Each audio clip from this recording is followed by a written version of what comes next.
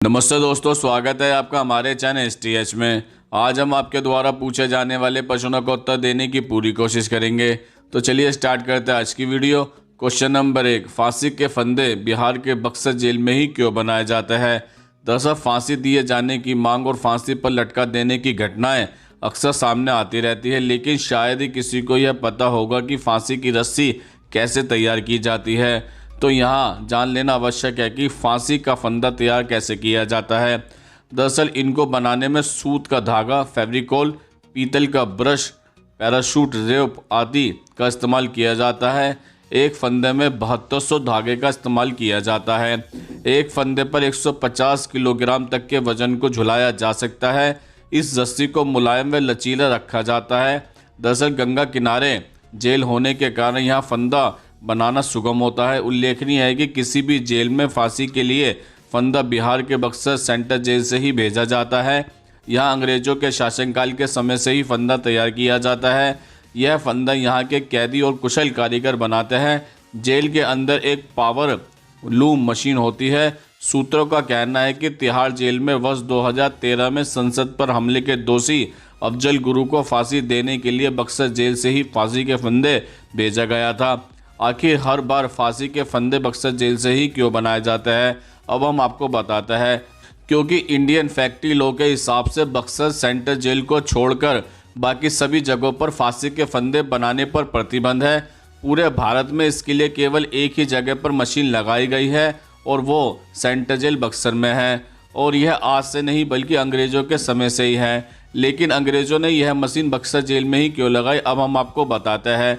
दरअसल इसमें क्लाइमेट का अहम रोल है। बक्सर सेंट्रल जेल गंगा के किनारे है। फांसी का फंदा बनाने वाली रस्सी बहुत ही मुलायम होती है। उसमें प्रयोग किए जाने वाले सूत को अधिक नमी की ज़रूरत होती है। हो सकता है कि गंगा के किनारे होने के कारण ही मशीन यहीं लगाई गई हो। हालांकि अब सूत को मुलायम और नम करने की ज़रूरत नहीं पड़ती है, क्योंकि सप्लाई रेडीमेड सूत ही सप्लाई करते हैं। क्वेश्चन नंबर 2, हवाई जहाज से हम अंतरिक्ष में क्यों नहीं जा सकते हैं? दरअसल एयरक्राफ्ट के इंजन को चलाने के लिए ऑक्सीजन चाहिए होता है, जो कि आसमान में मिलता है लेकिन अंतरिक्ष में नहीं मिलता।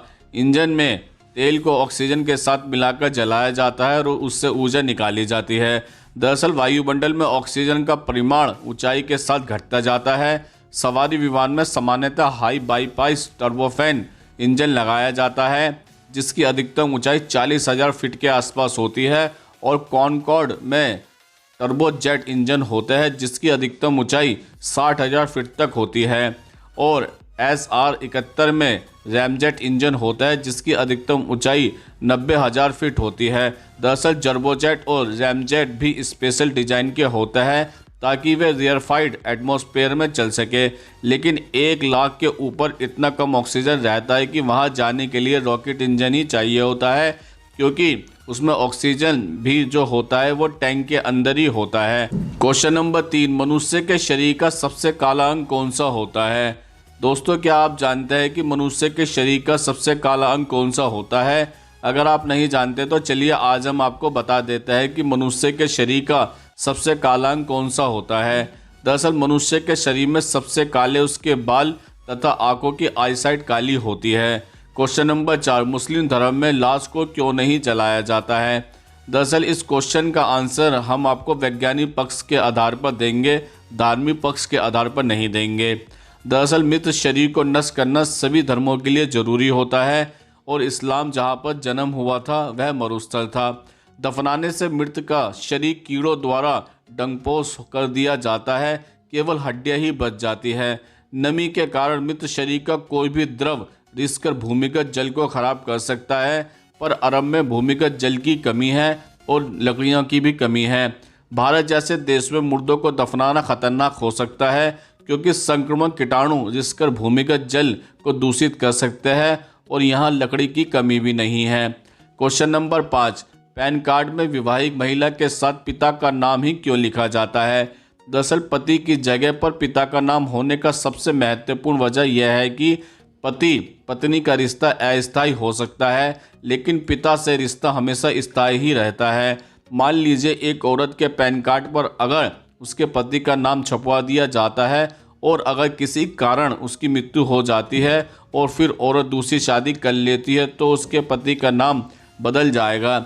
इसके लिए पैन कार्ड को फिर से अपडेट कराना पड़ सकता है, इसलिए पिता के नाम को ही स्वीकृति दी गई है। अगर पिता की मृत्यु भी हो जाती है तो उसका रिश्ता वही रहता है, बदलता नहीं है।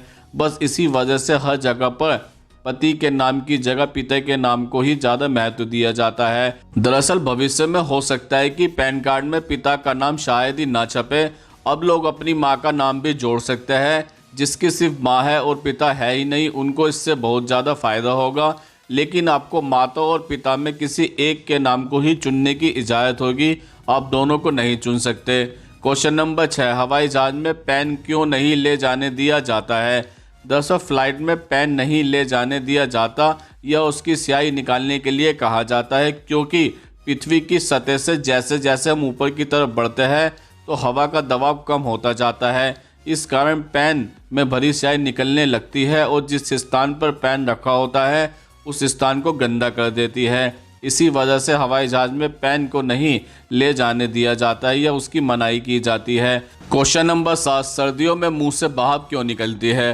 दरअसल सर्दियों में मुंह से भाप निकलते देख अक्सर बचपन में हम हमारे मित्रों से झूठ बोलकर मजे लेते थे और कहते थे कि देखो हमने बीड़ी या सिगरेट पी है, यह उसका धुआं निकल रहा है। दरअसल वास्तव में सांस लेने की क्रिया के दौरान शरीर में कार्बन डाइऑक्साइड और पानी बनता है। यही पानी जलवाष्प के रूप में हमारे फेफड़ों द्वारा वाष्पीकृत होकर मुंह या नाक से बाहर निकाल दी जाती है। दरअसल सांस और पाचन के दौरान बनने वाला जल और हमारे द्वारा पिया जाने वाला जल भी मूत्र पसीना वाष्पीकरण द्वारा ही बाहर आ जाता है। सर्दियों में शरीर से बाहर यानी कि वायुमंडल का तापमान बहुत कम होता है। जैसे ही ये जलवाष्प सांस के साथ बाहर आती है तुरंत ही संघनित होकर छोटी छोटी बूंदों में बदल आती है और यह धुआं सा दिखाई देने लगता है। गर्मियों में बाहर का तापमान अधिक होने के कारण यह जलवाष्प संघनित नहीं हो पाती और तेजी से पुनः वाष्पीकृत हो जाती है, जिस कारण ऐसा नहीं दिखाई देता है। क्वेश्चन नंबर 8, एक बुद्धिमान व्यक्ति की पहचान कैसे की जा सकती है? दरअसल इसके कई पहचान होने के कारण है। बोलते कम है और सुनते ज़्यादा है, किसी की राय लेना पसंद नहीं करते, अपने अधिकतर काम गुप्त रूप से करते हैं, किसी भी काम को पूर्ण हो जाने के बाद ही उसकी सूचना देता है, सार्वजनिक जगह पर कम उपस्थित रहता है, जीवन को अपनी शर्तों पर ही जीते हैं। दरअसल अपने अंदर या चल रहे किसी भी खबर को बाहर नहीं आने देते। इसके लिए निर्णय लेना कठिन नहीं होता क्योंकि यह कंफ्यूज नहीं होता है। यह लोकप्रिय होता है क्योंकि इनके चेहरे पर एक स्माइल जरूरी होती है जो आकर्षित लगती है। यह किस्मत और मेहनत के संतुलन को बनाए रखता है। यह किसी से नहीं उलझते बल्कि किनारे से निकलना ही पसंद करता है। इनको पता होता है कि किससे कब और कितना बोलना है। इनके अंदर अहंकार होता है जो इनके चेहरे से साफ दिखाई देता है। यह समय पर झुकना और समय पर अकड़ने में माहिर भी होता है। यह सोचता है कि यह जीवन को जैसे चाहे मोड़ सकता है, लेकिन ऐसा नहीं होता है। यह बहुत मीठा और बहुत कड़वा बोलने में भी माहिर होता है। यह अच्छे जाति के भी होते हैं। यह अपने बीवी और बच्चों से बहुत प्यार करता है तथा अन्य किसी से ज़्यादा मतलब भी नहीं रखता है। क्वेश्चन नंबर 9, सर्दियों में कुछ लोगों के पैर ठंडे क्यों हो जाते हैं? दरअसल कुछ लोग सर्दियों में ठंड के प्रति बहुत ही संवेदनशील होते हैं। यह समस्या महिलाओं में अधिक पाई जाती है। अगर आपके पैर हमेशा ठंडे रहते हैं तो इसका कारण होता है पैरों में रक्त संचार ठीक से नहीं हो पाना, ना ही उसकी तरफ ऑक्सीजन सही से पहुंच पाना। सर्दियों में यह समस्या बहुत ही सताती है, लेकिन थोड़ी सी सावधानी से इस समस्या से निजात पाया जा सकता है। अगर आपके पैर सर्दियों में गर्म नहीं होते तो यह कुछ शारीरिक बीमारियों की ओर संकेत भी करता है, जैसे कि खून की कमी। जिन लोगों में खून की कमी होती है उनके शरीर में ऑक्सीजन का प्रभाव पूरी तरह से नहीं होता, जिससे उनके पैर ठंडे रहते हैं। खून की कमी वाले लोगों में रेड ब्लड सेल कम पाए जाते हैं। यह रेड ब्लड सेल दो तरह से काम करते हैं, एक तो ऑक्सीजन की सप्लाई, दूसरा शरीर के विभिन्न हिस्सों को ताप और पोषण देना। अतः इस समस्या से निजात पाने के लिए आयरन सप्लीमेंट लेना चाहिए और अपने खाने में पालक, दाल, सेब, हरी सब्जियों का सेवन भी करना चाहिए। दूसरा कारण हो सकता है थायराइड। जिन लोगों को थायराइड की शिकायत होती है उनका शरीर का मेटाबॉलिज्म कमज़ोर होता है, शरीर ताप उत्पन्न नहीं करता है। कम पानी पीने वाले लोगों के पैर ठंडे रहते हैं। जिन लोगों का बीपी कम होता है और उनके पैर भी ठंडे रहते हैं। शरीर में पोषक तत्वों की कमी के कारण भी पैर ठंडे रहते हैं। मधुमेह के रोगियों के भी पैर ठंडे रहते हैं। तीसरा कारण हो सकता है रेनॉल्ड सिंड्रोम। इस बीमारी में शरीर के कुछ अंग सुन्न और ठंडा महसूस करता है। इस संबंधित चिकित्सा भी आप सलाह ले सकते हैं। नंबर तीसरा कारण हो सकता है विटामिन B12 की कमी। आहार में विटामिन B12 वाली चीज़ें शामिल करें या विटामिन B12 सप्लीमेंट भी लें। यह रेड ब्लड सेल का निर्माण करता है। इस विटामिन की कमी वाले लोग ठंड बहुत ज़्यादा महसूस करता है। शाकाहारी लोग दही, ओट्स, दूध, सोया प्रोडक्ट में भी B12 की कमी को पूरा कर सकते हैं। पैरों के ठंडे रहने की समस्या के लिए कुछ घरेलू उपाय भी कर सकते हैं, जिन्हें आजमाकर आप पैरों की समस्या से छुटकारा भी पा सकते हैं। जैसे कि नंबर 1, पैरों की मालिश। रात को सोते वक्त पैरों की गर्म तासीर वाले तेल जैसे जैतून, नारियल या तिल के तेल से मालिश की जानी चाहिए। रोज़ 10 मिनट पैरों की मालिश करें और फिर मोजे डालकर सो जाना चाहिए। इससे आपके पैर ठंडे नहीं रहेंगे। तो दोस्तों, आज हमने आपके द्वारा पूछे जाने वाले प्रश्नों को उत्तर देने की पूरी कोशिश की है। अगर आप भी हमसे कोई प्रश्न पूछना चाहता है तो कमेंट्स बॉक्स में लिखकर पूछ सकते हैं। हम उसको उत्तर देने की पूरी कोशिश करेंगे। अगर ये वीडियो आपको पसंद आया तो उसको लाइक करें, कमेंट्स करें, ज़्यादा से ज़्यादा शेयर करें और हमारे चैनल को सब्सक्राइब जरूर करें। नमस्कार दोस्तों।